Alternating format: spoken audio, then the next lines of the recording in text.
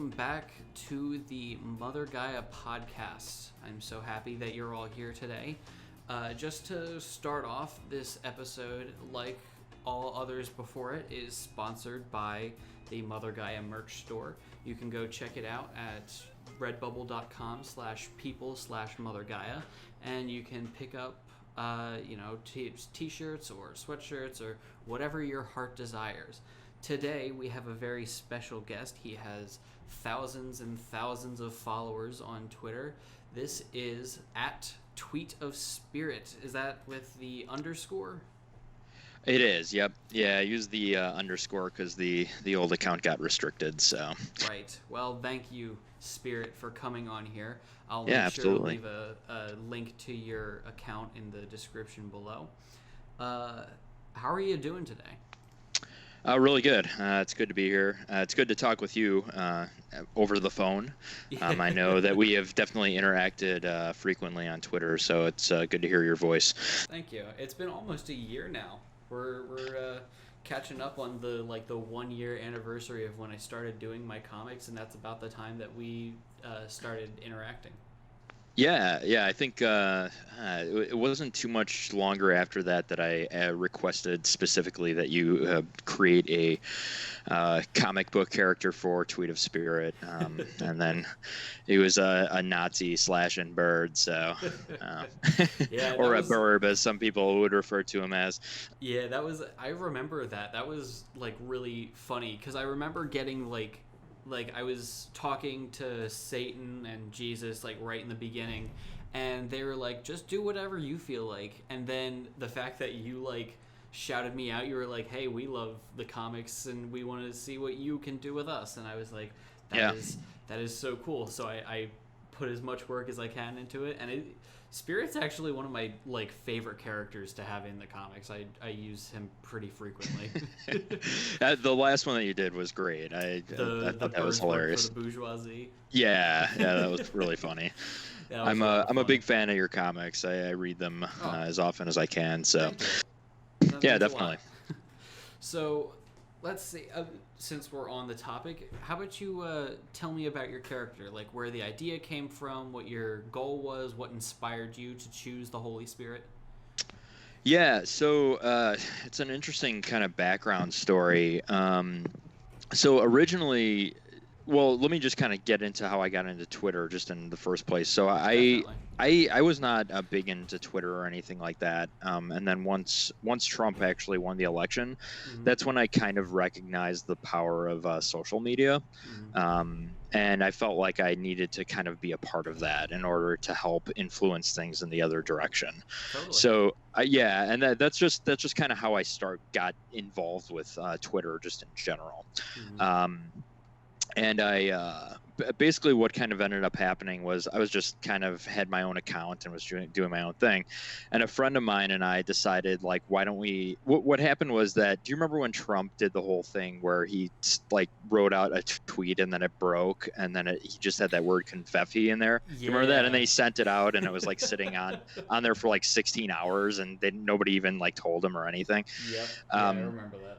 Well, basically what happened was that there was all these crazy accounts that were they were instantaneously built when that happened, and there was Confetti the Destroyer, Confetti the Summoner, and all this stuff, and it was they were interacting with each other, and I thought it was just the most hilarious thing I'd ever seen. So that's awesome. Basically what happened was that a buddy of mine and I we created a couple of parody accounts, and we were just interacting with each other online. And they were quasi popular. They weren't really that big of a deal. And then one day I was like, well, I should kind of I had thought about just the religious accounts and stuff like that. And then I was thinking the Holy Spirit is interesting because it has no definition. Nobody even really understands what it is. I mean, if you look at God and if you look at Jesus and other religious figures, all of them have some form of definition to them, good or bad, what have you. But it was it's always with respect to theology and stuff like that, they'll be God the Father, God the Son, God the Holy Spirit.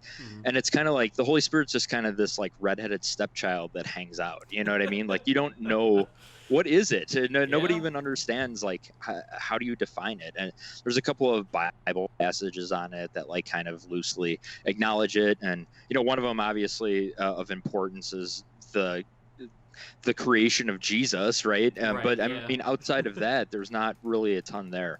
And so there's this massive vacuum that exists around this figure or this like spirit or essence or whatever it is, that really kind of has never been filled, And when I looked on Twitter, because before I created the character, and I went to just check to see, is there any other accounts that have like the Holy Spirit, And there were a few here and there, but none of them were really like parody type accounts. Right. And so I was like, well, I'll just run with this, and because the vacuum exists in real life and it also exists on Twitter, Yeah. then it kind of needs to be filled. So I was like, I'll just create this weird character and then just kind of roll with it. And originally it just kind of started as there was a ton of Jesus accounts back in the day. Oh yeah, I remember like that.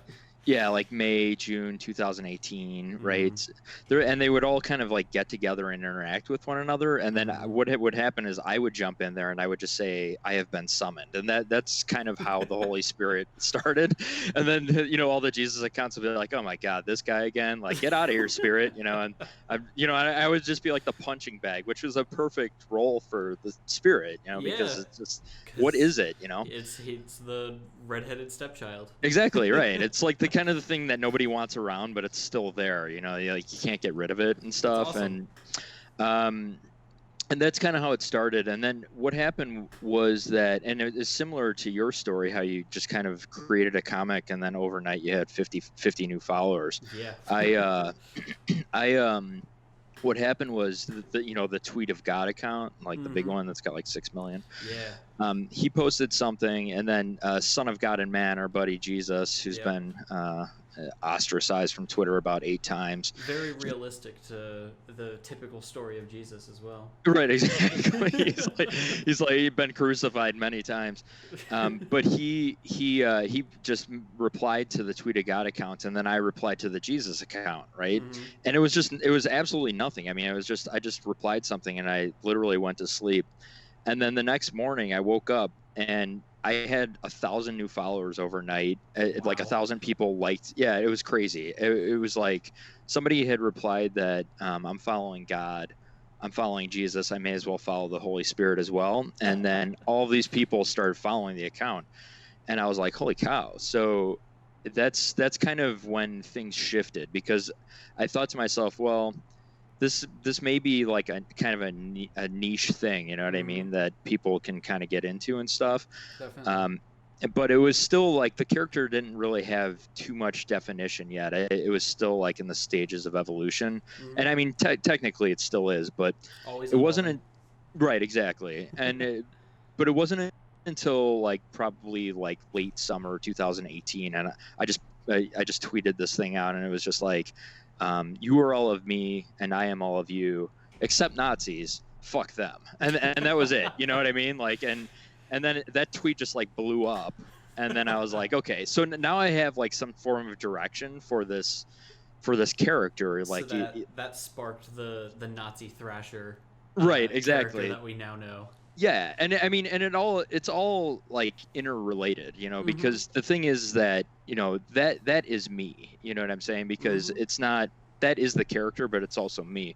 And when I'm talking about Nazis, I'm talking about, the Trump supporters, the MAGA people, you know what I mean? The people that live in this world that's just filled with denial and filled with blame and all this. And, the Nazis are gone as a political party, right? But they're still here. I mean, they threw on different costumes and they call themselves a different name.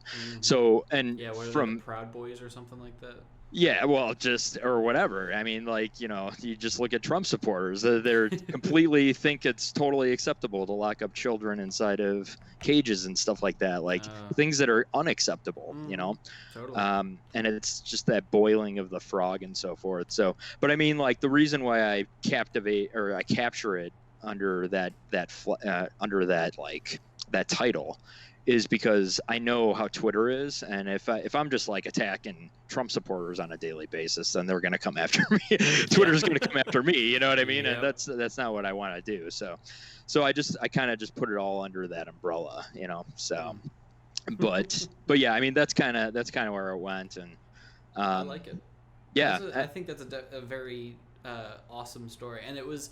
I assume that you chose Nazis because that is like the blanket statement. So, like, it obviously, is. no one's gonna try and defend a Nazi. Exactly right. It's like, and I think somebody even said like "fuck Nazis" on their account, and then they were flagged.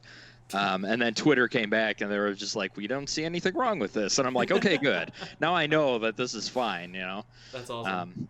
But yeah, I mean, it's now the account, it really just goes after the insanity of everything. You know what I mean? Because it's just, if you believe that the world is flat, like you're fucking nuts, man. I'm sorry. Like, you know, these are things that have been disproven for centuries or thousands of years, you know? It's just madness. Or, you know, like the anti-vaxxers and you know, or the people that think that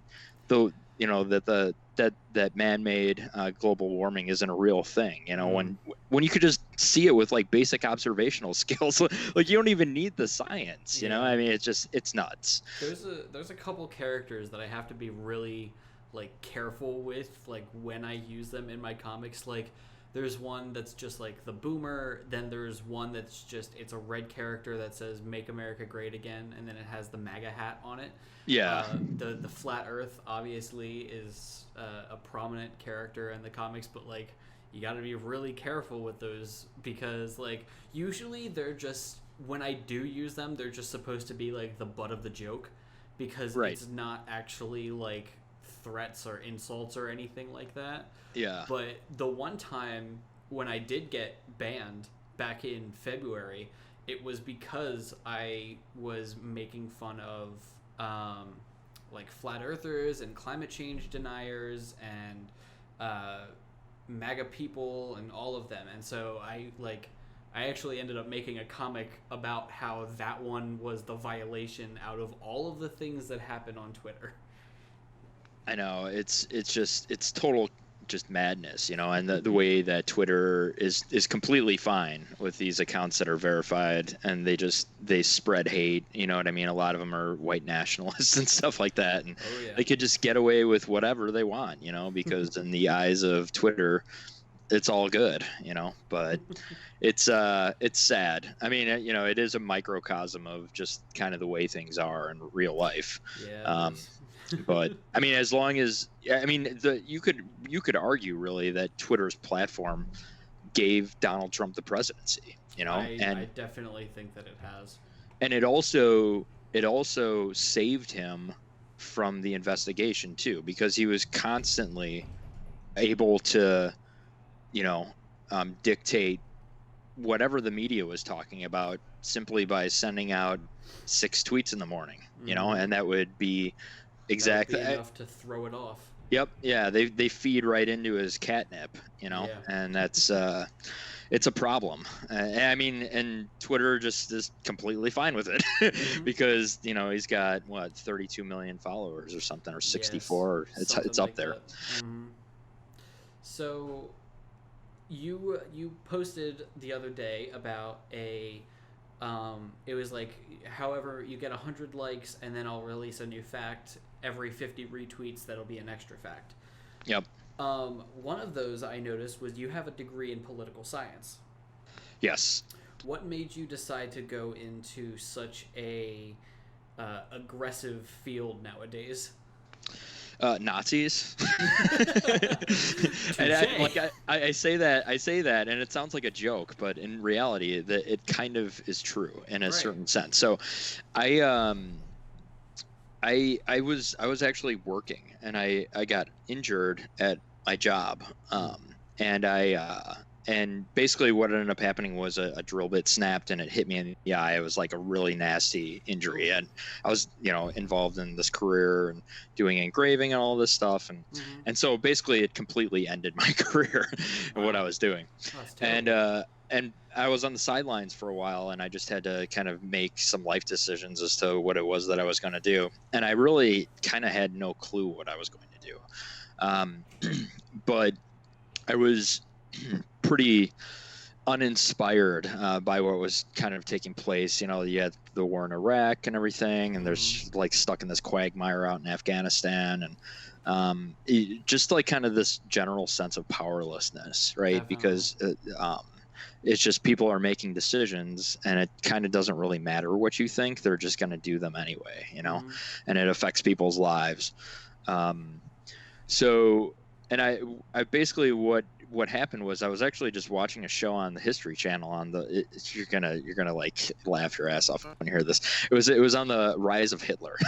Interesting. Yeah, so it was on the rise of Hitler, and I mean it is an interesting history just in general. I mean, like if you are interested in history, but you know, I'm not like interested in the fact. I mean, like Mein Kampf is just evil, you know what I mean? Right, like, yeah.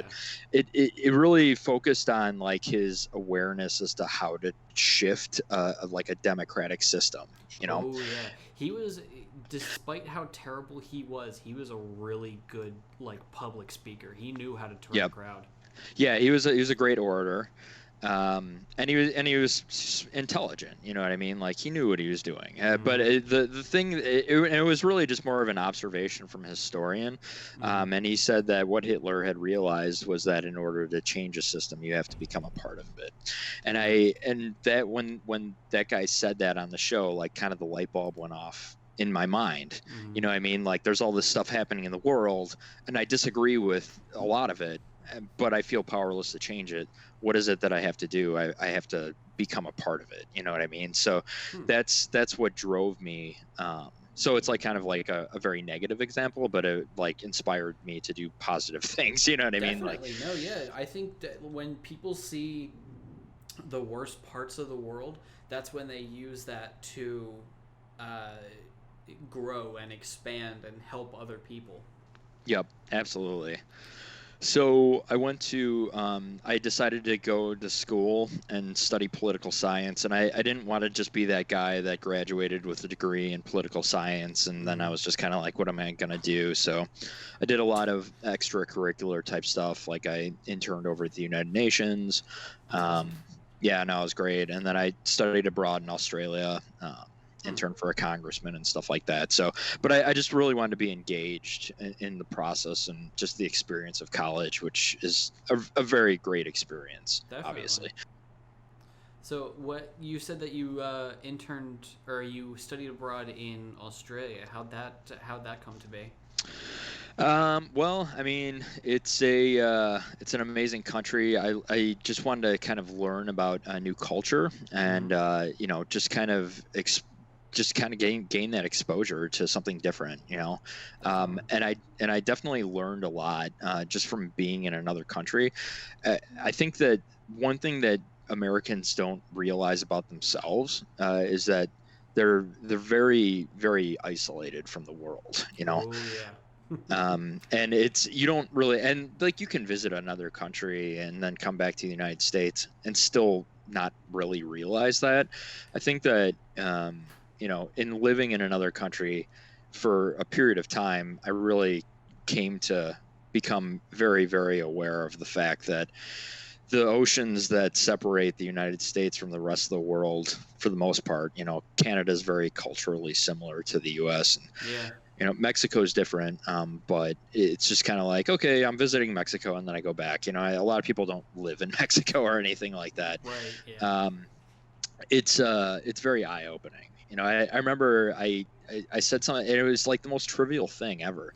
I was working, and somebody said, daylight savings is coming, you know, this Monday. And I was like, you guys have daylight savings here? I thought that was only something that happened in the United States. Or I'm like, I thought that's something that only happened in America. And the guy just like laughed in my face. He's like, that's something only an American would think, you know? And I was just like, wow. I'm like, he's totally right though. You know what I mean? Like that probably is something only an American would think. Cause we're just like unglued, you know? And I think that's part of our problem, you know, is that we're just kind of this like big dog and we're swinging wagging our tail around. We don't realize all the stuff we're breaking inside the China shop and stuff. And that's a really good analogy for how the United States interacts with the rest of the world. Yeah, I mean, we're just kind of clueless. I think that, but for a large part, a lot of our country is very, not the entire country's like that. There are people that are very,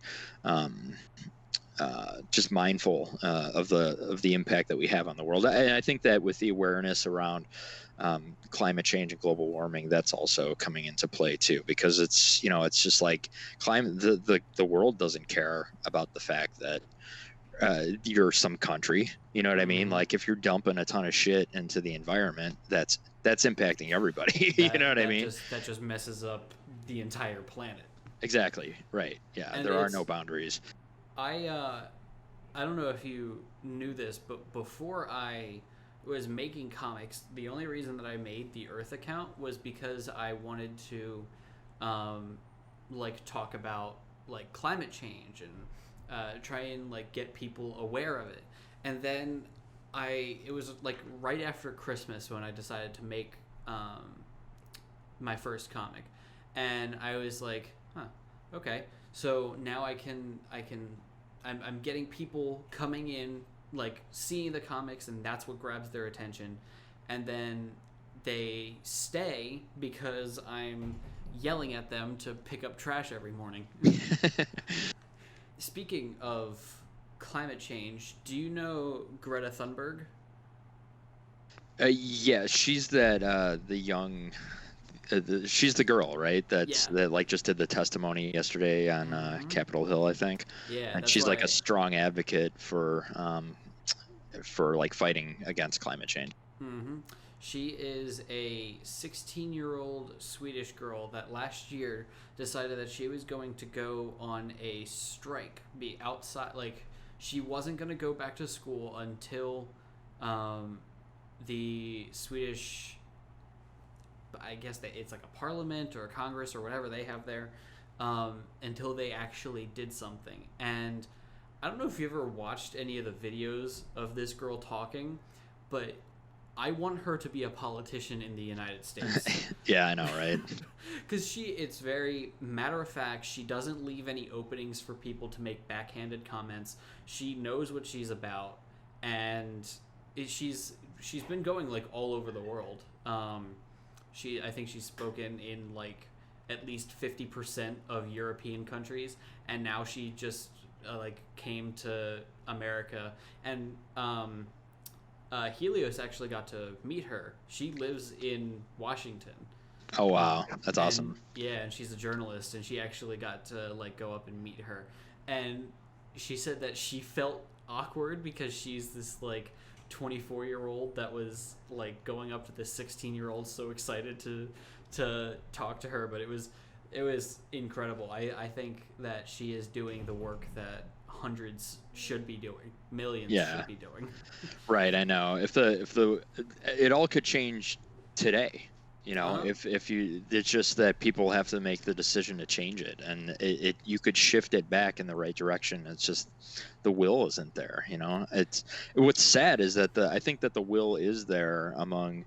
I mean, most people agree that something has to be done, but it's just that the people that really can change it, the will isn't there with them, and I mean, it's the same thing with guns, it's the same exact problem.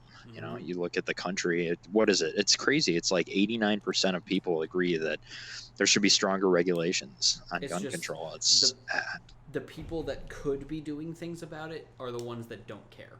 Exactly, they choose not to, and it's just unfortunate and sad because 6 people die from a vape, and that instantly becomes illegal.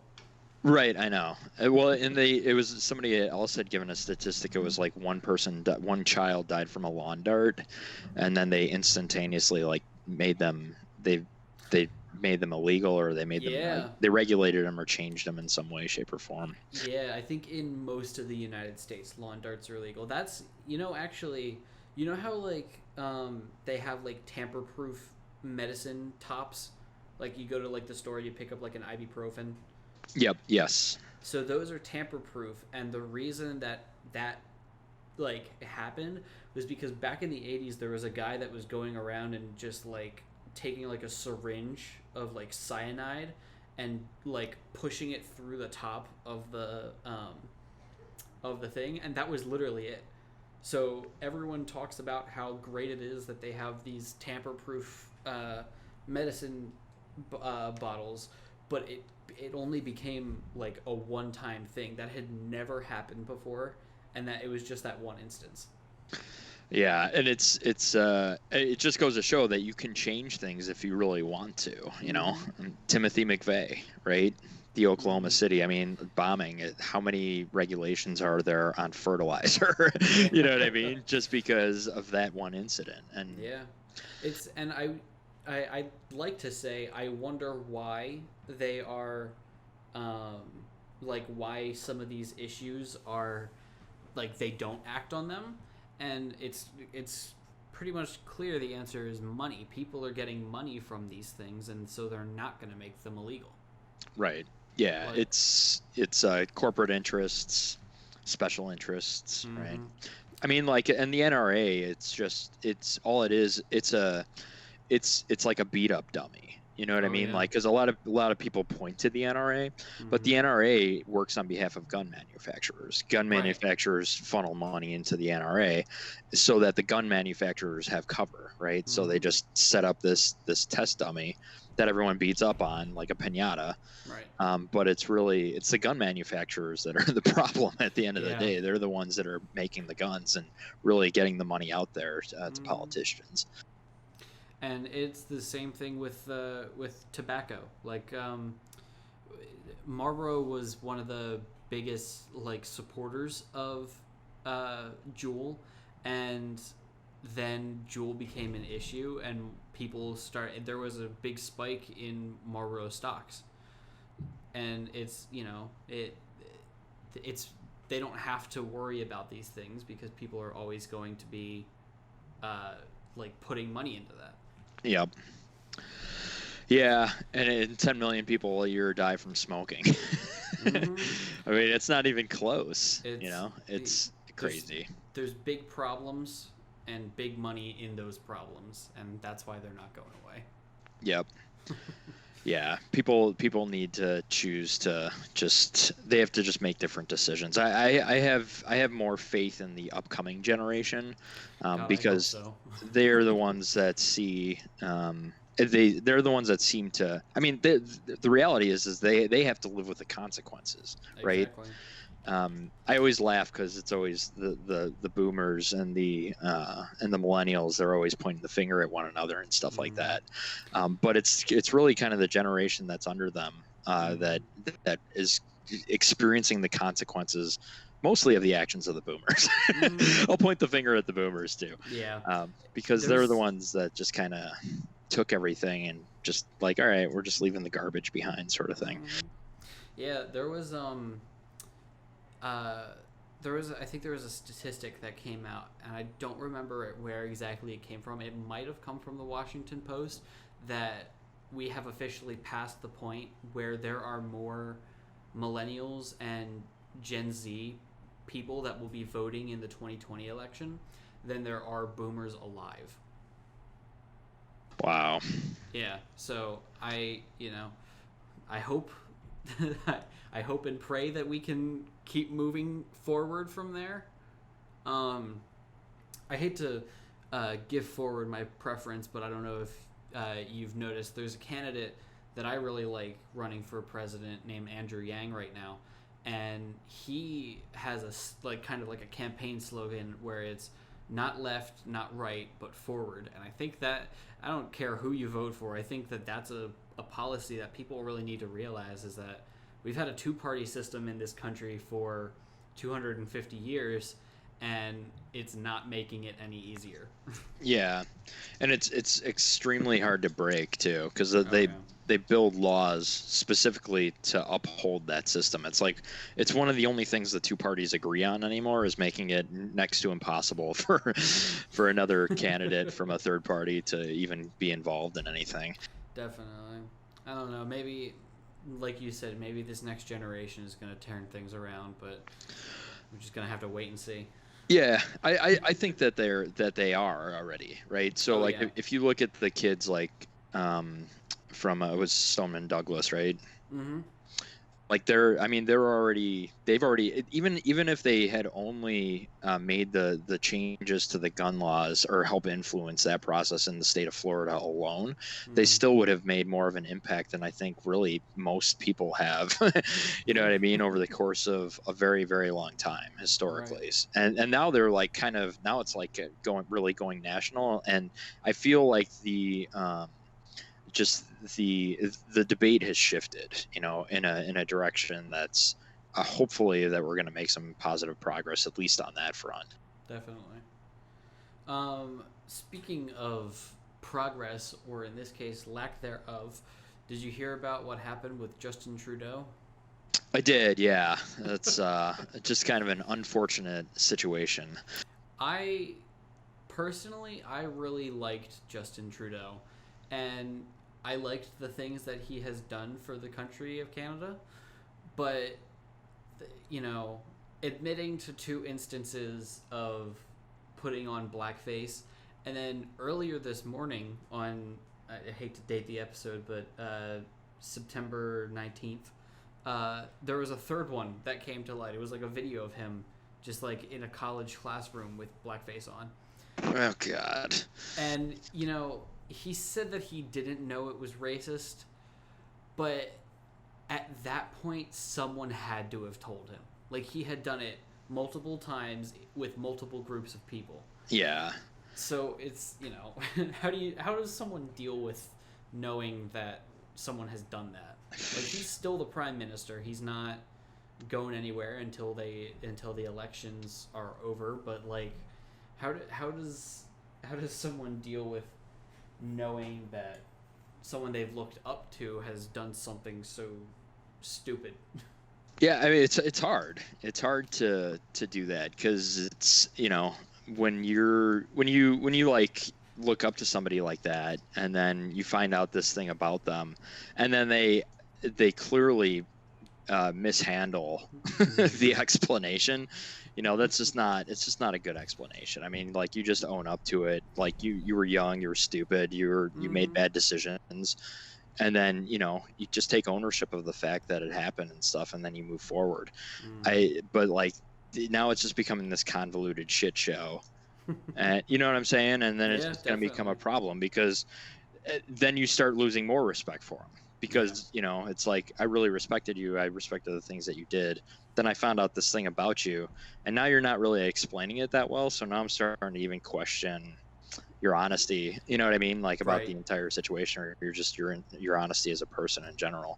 Definitely. So yeah, no, it's unfortunate. I hate seeing shit like that and it happened like with the Me Too movement, right? Like, a Oh lot yeah. of like really great actors and stuff Mm-hmm. get totally called out, and you're like, man, I really like that actor. It sucks, but I Mm-hmm. can't respect this guy anymore. He's obviously a piece of shit. Yeah. You know what I mean? So, And and what also goes along with that is that, like, do you remember a couple months ago someone called out Neil deGrasse Tyson for that? yeah, That I was looking into that, and there's been a lot of uh, like articles written on that those claims might not be true, and I've read his response to it, and like, I love Neil deGrasse Tyson, and I'm kind of like 50-50 because, like, I hate to say that, like, the victim is lying and no one believes them, because, like, I know people that that's happened to, where I know that it actually did happen, right. but like, in this case it's so like far away from us, and things like that pop up in social media, and so it's really hard to make judgments on that. So I kind of stay neutral. It's a really upsetting subject that's something that we have to deal with in today's world. Right, and it's extremely unfortunate for but it's So like we're looking at it from we're on the outside looking in, Mm-hmm. and the thing is that the people that are victims of sexual assault and rape and stuff like that, they're the real ones, the true victims, and so it's Mm-hmm. like, and this culture has been built up all around to basically say, well, I don't really believe you because I know this guy and he's a great guy and stuff like that. You know what I mean? And so it's Mm-hmm. like it makes it even harder for them to like come forward and everything. And it's just a brutal situation for them. Definitely. I think the Me Too movement was amazing, Oh and yeah. it's obviously still very present. There's a Mm-hmm. lot of really good Twitter accounts that kind of like emulate that. Um, but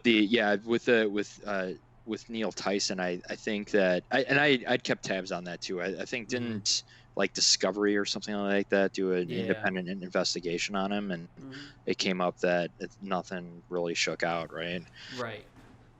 Yeah, it was there was one it was like the one girl had tried to been saying that he had been like sexually abusing her for like 30 years now, and in every investigation into it it's been like unsubstantial.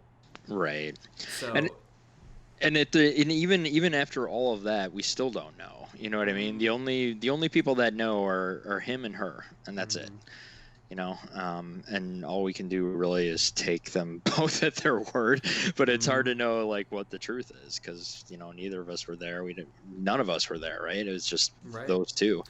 And it um, makes it such a hard thing to talk about, but it's definitely something that needs to be talked about in today's world. yeah, no, absolutely.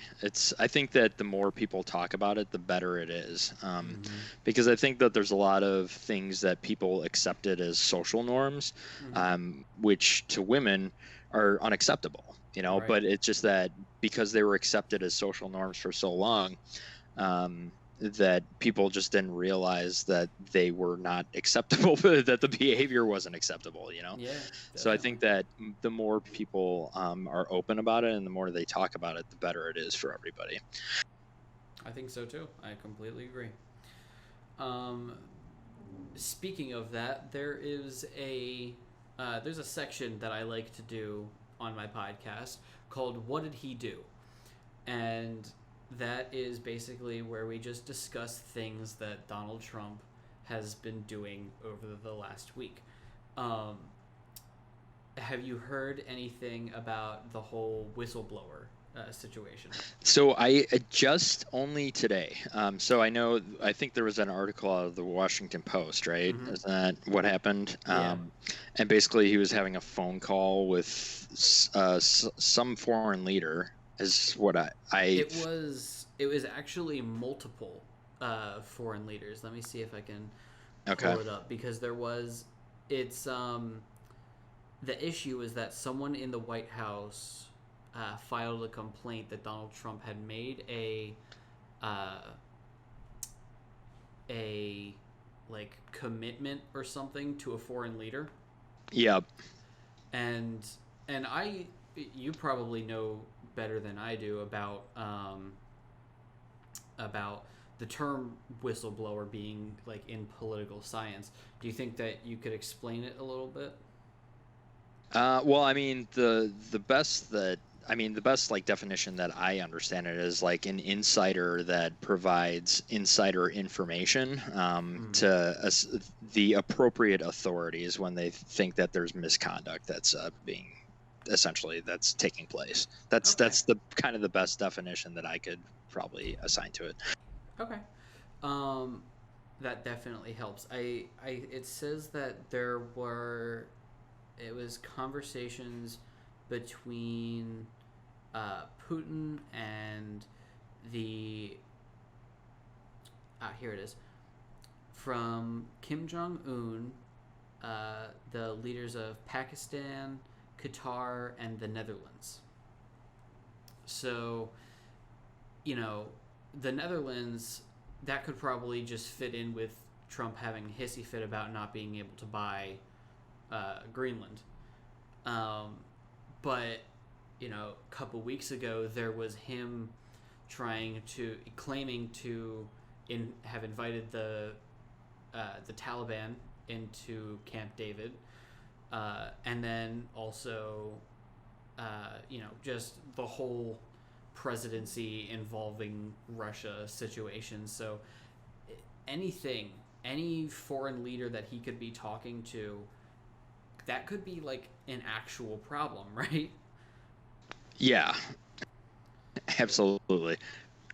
Like, one of my biggest concerns when he was getting elected was that I don't trust him to be talking with foreign leaders, because if he sees someone in a turban, he's going to immediately call them a terrorist. And that still holds true today. I don't believe that he would be good with international relations. Oh no, yeah. I mean, his entire foreign policy really has been a failure. I mean, like, I can't like really, if I'm just trying to think it through here. I'm trying to pinpoint some type of a success that he's had in terms of his foreign policy. I know that early on, it seemed like the relationship between him or the United States and France seemed pretty strong. I think that maybe the best thing that we can look at is that he hasn't destroyed NATO, because that was probably like one of the biggest concerns going in, was that he was going to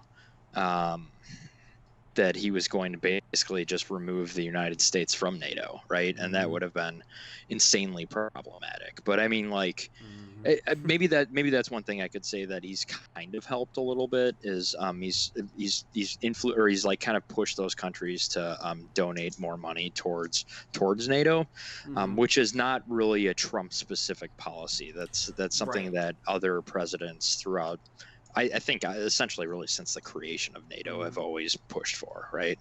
Yeah, that kind of ties in with like if you're trying to find something that he's done, then you could say that the economy has grown since the Obama administration. Yeah, that's true. But it's really just him riding the coattails of what the Obama administration left over. It hasn't changed at a rate that is like drastic. It's pretty much just gone up at the same rate that Obama had. Right. Or the trajectory of the market has increased, but that's also because the tax cuts were focused on corporations, and then they took that money and invested it in themselves in the stock market, right? Yep. So they did corporate buybacks. One thing that I do really like was when I worked for CVS Pharmacy for 2 years, and when I was working there, CVS was one of those like Fortune 500 companies that got the big tax cuts, and instead of dropping down like prices or anything in the stores, what they did was they raised minimum wage at like the starting wage at the stores to $11 an hour. Okay. Which I was okay with that, but also that's not exactly he was the one there that was giving the tax cuts, but it was CVS's decision. They could have totally done something else with it.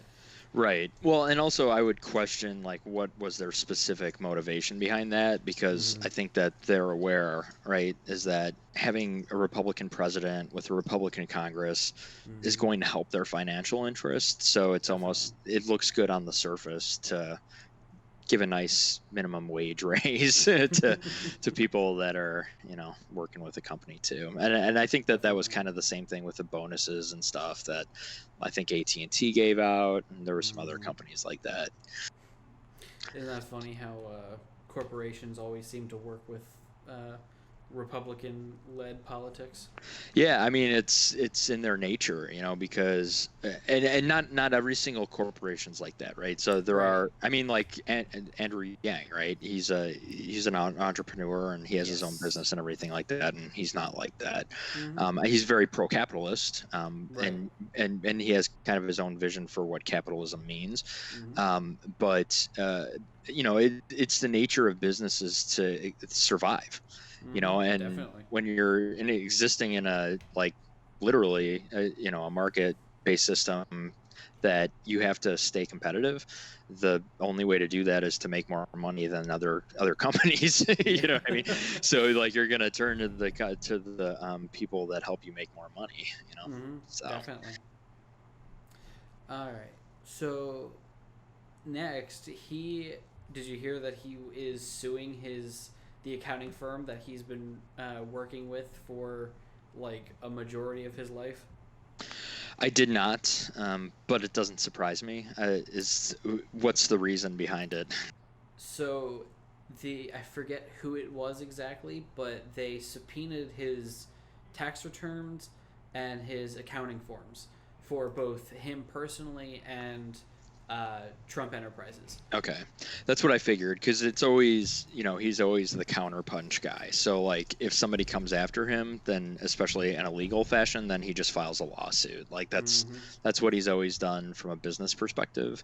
And I'm also like interested when to people see come how that after him. works. What do you mean?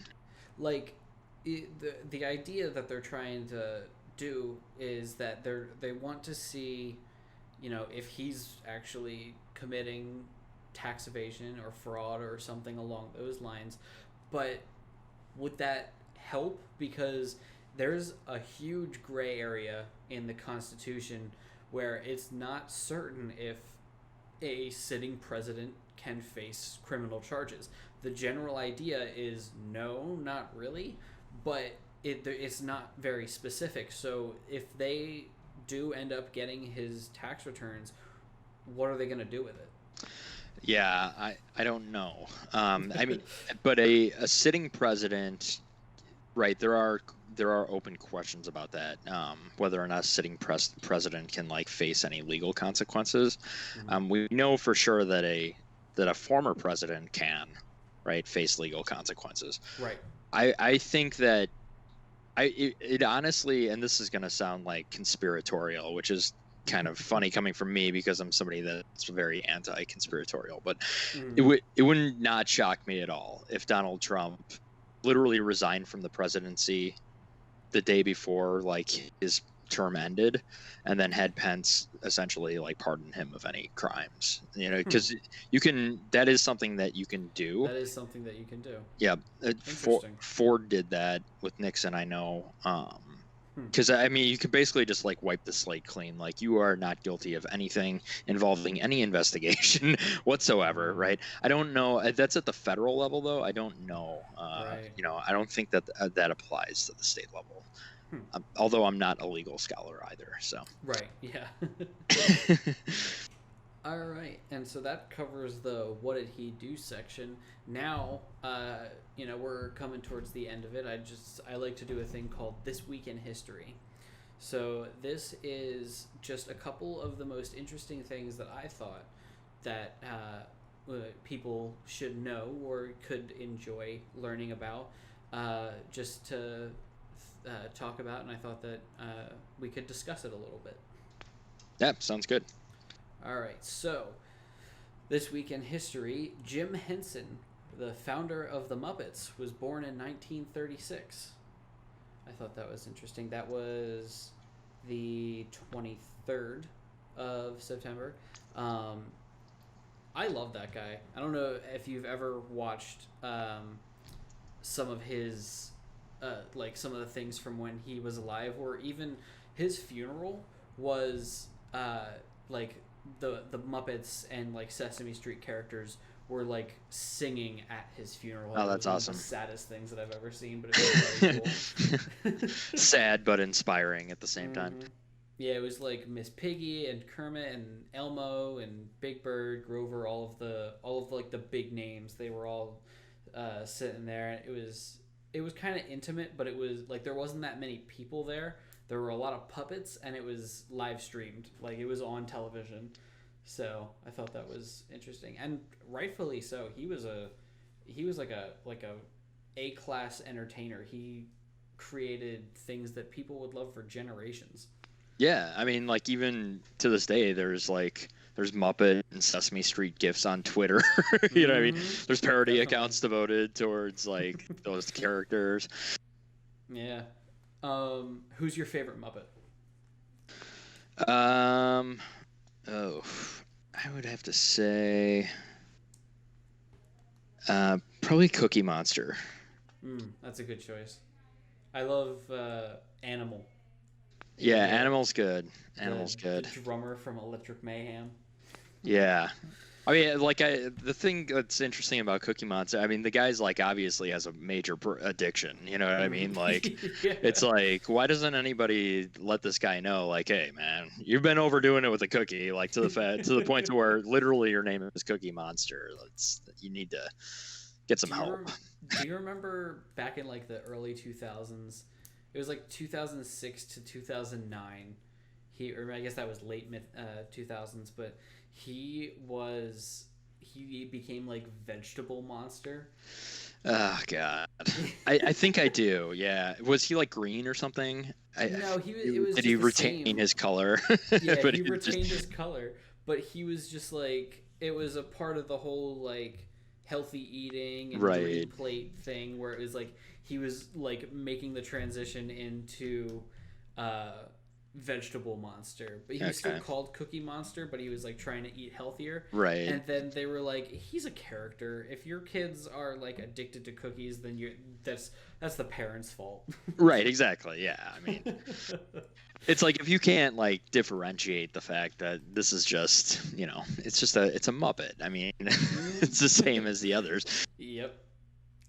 Another thing, this is the anniversary of Dwight Eisenhower sending United States troops to Little Rock in 1957 to guard the 9 African American students while entering the first ever integrated high school known as the Little Rock 9. I think that is something that people should really like pay attention to, because 1957 was not that long ago. Yeah, it's really interesting. When I was growing up, I had a couple of friends that were some Mexican guys that lived in the neighborhood, and in high school I had friends who were Black and Hispanic and Asian and so forth, and so in my mind, like I knew these concepts existed of like segregation and slavery and everything. But it wasn't really until I got into college where I really kind of understood and learned just how brutal American history was. Because it's really kind of glossed over. You know what I mean? When you're a kid and stuff like that, they just tell you all the good stuff. They don't really talk about the fact that the United States was responsible for mass atrocities, right? Oh yeah, 100%. And so, and you're right. I mean, it wasn't that long ago, and it's a double-edged sword too, right? Because it was a small step that helped move things in the right direction. And then, but the flip side to it is that it's just such a horrible chapter in the country's history, and I think that it still feeds into the reality that people experience today, and I thought when I was a kid, kind of bringing it full circle, is that I figured, well, all it really took was a few generations to kind of break this mindset.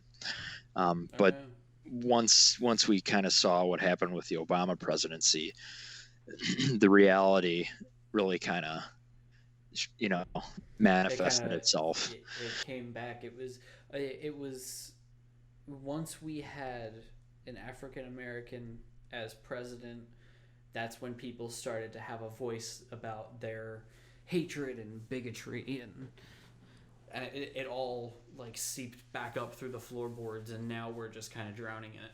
Right, now we're dealing with this kind of piece of shit who's running the country, and he's got his base of pieces of shit that support him, and it's just a feedback loop of garbage, basically.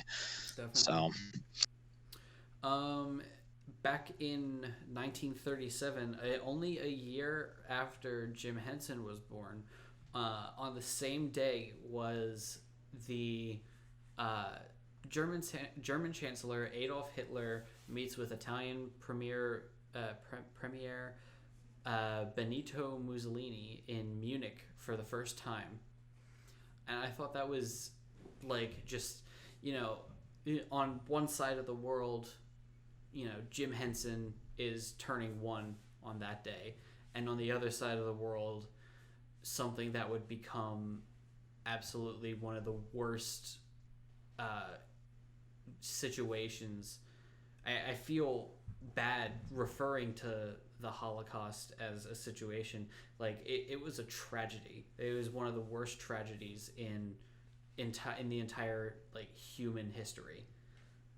Yeah, absolutely. The systematic elimination of anyone, right? Just in general, but targeting Jewish people. It's just. It's that mindset. That it's always somebody else's fault. Like, you're not accountable for your own actions. And that you have to assign the blame to somebody else and then dehumanize them to the point to where you're eliminating them, right? It's just, it's a sickness that exists in the minds of people for some reason, and it's just something that we cannot seem to move away from. We've made improvements for sure, but it's still a problem. I think that this is on my own personal point of view, is that I think that part of the problem is that if you look at just the way that the system itself is built, right? Like, so any international system that's ever been created has always been built out of a conflict, right? So it's like even the modern day system came out of conflict, right? So that was based off of the Treaty of Westphalia, and then that was created the state-based models, and then you had World War I, World War II, and that's what drove like more international institutions and more regional unions as a way to avert conflict, right? But the problem with it is that you're trying to. It's like somebody that has an addiction. They're always trying to control their addiction instead of just stopping. Yeah. And that's what the problem is with the way things are, is that you have this model that's completely flawed, right? It's the state-based system where it's based on separation. People are divided from one another. Everyone's always fighting for what's theirs. Right. If you look at the United States, and there's not a lot of there's not like physical internal conflict with itself, because it's a system that recognizes the independence of the states, but is also unified as one nation. So, and like when you look at that as just like a case study, as something that could actually work, and the European Union's moved more in that direction. They're starting to kind of fall apart a little bit on that front with Brexit and so forth. But but that's what, those types of things, that's what drives nationalism. That's what drives division. That's what drives a lot of stuff, right? That's you're looking at looking at it through that lens of the other, and it's like this whole thing with like Mexico, and right, it's the other, they're not us and stuff, and it's just this identity politics that just creates serious problems. Yeah, so I mean, I don't know what the solution is entirely. I can don't think point to anyone really does. Right, but I know that I know that we're adhering to a system that doesn't work. You know what I mean? That I can say with confidence. Something else needs to change, but we're so far away from that because people still identify with their country as is a part of who they are, when it's not who they are. Like people are more than that. They're at their core, they're just people. And I think that when you see it through that lens first, then it really kind of shifts the trajectory as to where things could go, as opposed to where things are. And the final fact is that today, or not today, it's actually like next Wednesday or something, was when Scotland Yard, the official British criminal investigation organization, is formed in 1829. And when I read that, I was like, oh, that's pretty cool. But it got me thinking, like, why is it called Scotland Yard? And so I did some digging, and I found out that it was only called Scotland Yard because that was the name of the street that it was like the building was on. Nice. There's not like any deep like background story on that one. Exactly. It's just it's been here for like almost 200 years now, and that's the name that they stuck with. It was just that's where like it was I forget who was ruling at the time, but they took ownership of a building on this street called Scotland Yard, and they were like, this is where our intelligence agency is going to be. And then it just kind of stuck. They just left it as Scotland Yard. Yeah. Well, and it sounds just really cool too, right? Oh yeah, definitely. It's not like anything like the CIA or FBI or anything like that. It's Scotland Yard. It's very mysterious. Right. Well, and it's interesting too because a lot of things that you kind of take for granted, like restaurants and stuff, like Taco Bell. I was always like, oh yeah, it's a fancy name. It's it's the taco. They've got the bell, and it's kind of representative of, I don't know, a giant bell that you'd see at a church or something. But no, it's just that the owner's last name was Bell. It's like literally that easy. I was just like, oh really? I didn't know that. That's funny. Like, even Hershey. I didn't even know that Hershey, the last name of Hershey was. I thought they called it Hershey because it was from Hershey, Pennsylvania, but it's actually that the guy Hershey bought like the ground and created the town, and then they called it Hershey, Pennsylvania. Like, I had no idea.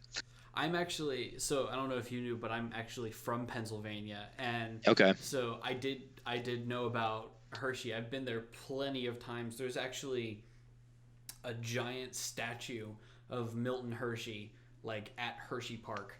And if you go through the town, there's like Hershey Kisses as the lampposts. Okay, nice. It's like the entire town's themed off of chocolate. It's very strange. He wanted his vision was to create like a utopia. Basically, that was his intent. So it's very, very interesting. But yeah, Hershey, Pennsylvania is a nice little town. You know what the saddest part of that is that they don't even make most of the chocolate there anymore. Really? Yeah, it's actually the main Hershey factory is in Mexico now. Ah, I know. That is kind of unfortunate. We did the tour, The Chocolate World Tour. Right, yeah, and they showed all the stuff, and so like I think your baseline assumption's like, oh, they make the chocolate here. That's so cool. But no, yeah, that's what they want you to think. Right, exactly. It's a part of the utopia, right? Yep. You're looking at it through like rose-colored lenses. Yep. All right, so that actually brings us to the end. Is there anything that you would like to, shout out or give special attention to? Yeah, I think just as far as like where the Tweet a Spirit account is going, so we're planning to release some merch through the feed, and I'm working with someone named Atomic Pancake Maria. I think I'm sure you know who she is. So she's helping to create some artwork, and we're gonna basically we're gonna like redo the PFP for Tweet a Spirit. Awesome. Yeah, and so that's going, because I can't use the one that I've got since it's a Trans Am symbol that's just basically colored green. I love that. I love that you chose that as like the one for the new account. I was like, oh, cool, you got a Trans Am on there. Yeah, I know, it's awesome. I love that like Trans Am Firebird. So, but unfortunately, I can't use it because it's trademarked. Right. Yeah. Exactly. And I could get sued. So we're gonna like kind of just be moving in that direction, and then I'm going to be looking into like donating some of the revenue towards things like ocean cleaning projects and reforestation, so that people can just kind of feel like, hey, I got this cool merchandise, but I also am like donating towards a good cause. So yeah, definitely, I think that's awesome. When do you think that'll hit the store shelves, so to speak? So I'm actually I'm going to be connecting with her and her this weekend, and she's going to be just kind of delivering some concepts, and then we're going to pretty much take it from there.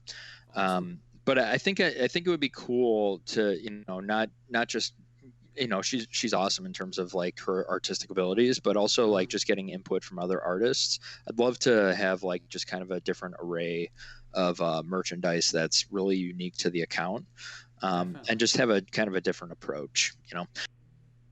Yeah, that'd be awesome. I'll definitely be interested in that. If you want, once this comes out, this is gonna be coming out. Let me check real quick. This is gonna come out on Friday the 27th. Okay. So once the merch comes out, I can throw that in the description below, and it can give a link to wherever your stuff is being sold. I'm personally very excited for that. I remember you mentioned that on the fax thing that you were doing. Yeah. So, and I didn't know that you were doing it with Maria. I love her. I think that'll be great. Yeah, no, she's awesome. Her and I, I think almost any time I post something about like climate change or anti-vaxxers, she always has like a SpongeBob mock gif like right after. So her and I will go back and forth on that. It's pretty entertaining. She's great. That's awesome. Cool. Well, thank you for coming on the show. Everyone go on Twitter and follow @tweetofspirit_. I'll throw that up on the screen if you're watching it on YouTube or whatever. But definitely go follow him. It's been an absolute pleasure having you on the show. If you ever want to come back, just let me know, because I'm sure that everyone would love to hear some more from you. Absolutely. No, thanks. It's been a lot of fun. Thanks for having me on. Yeah, of course. All right, so that brings us to the end of the episode. Thank you, everybody, so much for listening. If you enjoyed it, please give a like, share it wherever you feel like, Twitter, Facebook, Instagram. If you want, you can tag me. Information's on the screen, all that jazz. And I think that's it, so I will see you guys next time.